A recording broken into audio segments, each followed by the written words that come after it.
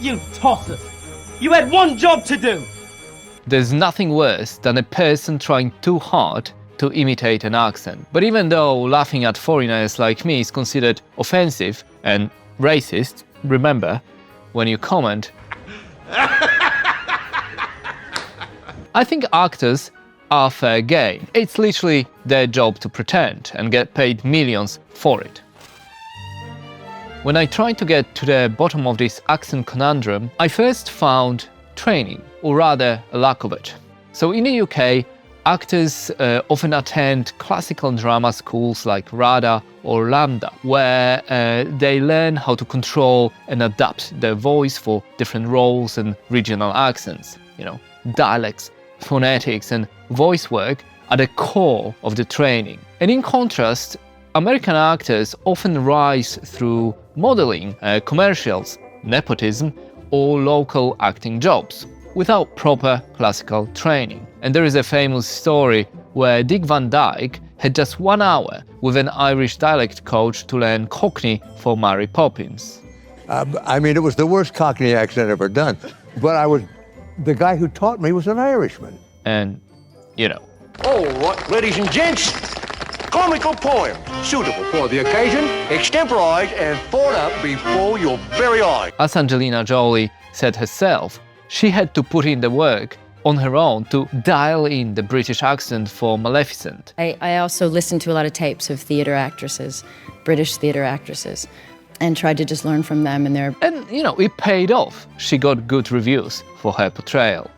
I must say, I really felt quite distressed at not receiving an invitation. Another reason people often give is career survival. So Hollywood still dominates global film and TV production. British actors often have to adapt, train and practice their accents to succeed in the industry. Being able to do so many scenes with a different accent, do you just get to a point where you're naturally able to perform that? Like, never. But American actors, well, they can focus on domestic work. And while some absolutely can nail the British accent, There's only one case that intrigues me at present. The curious case of Mrs. Hudson, the absentee landlady. many lack the motivation to hone it truly. It is not ideal, but if it's what me... It is not ideal, but if it... It is not ideal, but if it is what me... Now that said, not all of them skip the training, and actors like Meryl Streep are consistently praised for their accent work. Storms are coming. I don't think it's that phenomenon in the rocks. Exposure plays a big role too, so British actors hear American accents all the time. You know, movies, music, YouTube, TV, and even as kids, we all watched American stuff. The US is still the leading exporter of pop culture. A few seconds away from switching to the redundant sense sequencer. Now Americans, on the other hand, they don't have the same exposure to authentic British speech. And the stuff that's popular in the States tends to be either like posh Downton Abbey style. If Bertie's a Marquis, then Edith... Edith would outrank us all, yes, that's right. Or Cockney, the working-class London dialect. So where would you post it, Iraq or something? So even if they watch British productions, there isn't that much range to absorb, and you can't mimic what you don't know or hear. I confess I have an appetite. One day I'll be a great big round woman. Another point to consider, the fame of American actors. Once a name has enough star power, there's less pressure to sound authentic, right? Because the audience will show up anyway. So sometimes actors phone it in. Sounds divine and holy grace. But we shouldn't mistake that for laziness, okay? It's more about a shallow interpretation of the role. Thank you, sir. What's her name? Liz. Good job, Liz. Good job, Liz. Good job, Liz. This is Bobby. Rather than mastering the nuances of British accents, actors tend to overcompensate, going too far. Not in just sounding British, but in acting British. If I may inquire, what in fact happened to Mr. Renfield in Transylvania? So, speaking overly posh, enunciating every syllable, sounding stiff instead of, el natural. But that said, a great counterexample is Renée Zellweger as Bridget Jones, and she received loads of compliments for her natural-sounding accent, so it can be done. I'm afraid I'm a bit hungover. Wish I could be lying with my head in the toilet like all normal people. As Hugh Laurie, Dr. House said, maintaining an accent takes a lot of focus and muscle memory. Do you just get to a point where you're naturally able to perform that? Never. Actors, they aren't just remembering lines, they're also acting. They're crying, they're shouting, they're acting drunk on screen. And that's when accent slips happen. You cut my hair. You tortured me. You tortured me.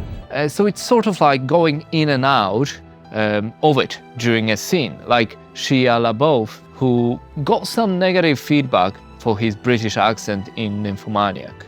Come, I'll show you around. Yes? To do a good job, American actors need phonetic training. So British vowels tend to be tighter. British R's are much softer compared to American R's, English American. Ear. Ear. Air. Air. And even Anne Hathaway said how difficult it was to get her role right. I thought doing standard RP, which is what I did in Becoming Jane, I thought that was hard, and this was on a whole nother level. And to be fair, she did a good job, being British without the exaggerated pronunciation. My parents' number? And their address, just in case. Right. Now, in Natalie Portman's case, though, the accent was exaggerated because she was playing Queen Anne Boleyn in The Other Boleyn Girl. He will bear a mortal grudge over the mildest of slights. Spoilt cub with a spike in his paw. And let's not forget, Britain doesn't have one accent. It has loads. RP, Cockney, Scouse, Geordie, Yorkshire, Welsh, Scottish, West Country. So it's not as simple as learning British, right? If you want some, I'll give it up. And many American actors don't know the differences. They often default to either a posh one or a sort of a Cockney mashup. Oh, that's the home of Bret the Hitman Hart. That one I didn't get. I didn't get that. And even good portrayals like Mel Gibson in Braveheart. Well, the taste of a soldier is not in his arm. You can't tell it's not quite right. It wasn't terrible. Not great, not terrible. But I'm not sure any actual Scots would call it convincing. Now comment if you disagree. I still love the movie, alright? And if he were here, he'd consume the English with fireballs from his eyes. So is it really true that Americans can't do British accents? How are we? Well, not exactly. I used the title and the thumbnail for clickbait. And hey, it worked, didn't it? Yeah, boy. But the linguistic complexity, lack of coaching, and sometimes lack of pressure do result in some less than great imitations. But who am I to judge? Kurwa, you must get kurwa some code because I not give you kurwa this PC kurwa. After nearly 2 decades living in England, the only result I can show is that I'm shit at both my native Polish and British speaking. Thanks for watching. You've been in this room for 2 weeks. I insist you have to get out. There's nothing of interest for me out there on Earth at all.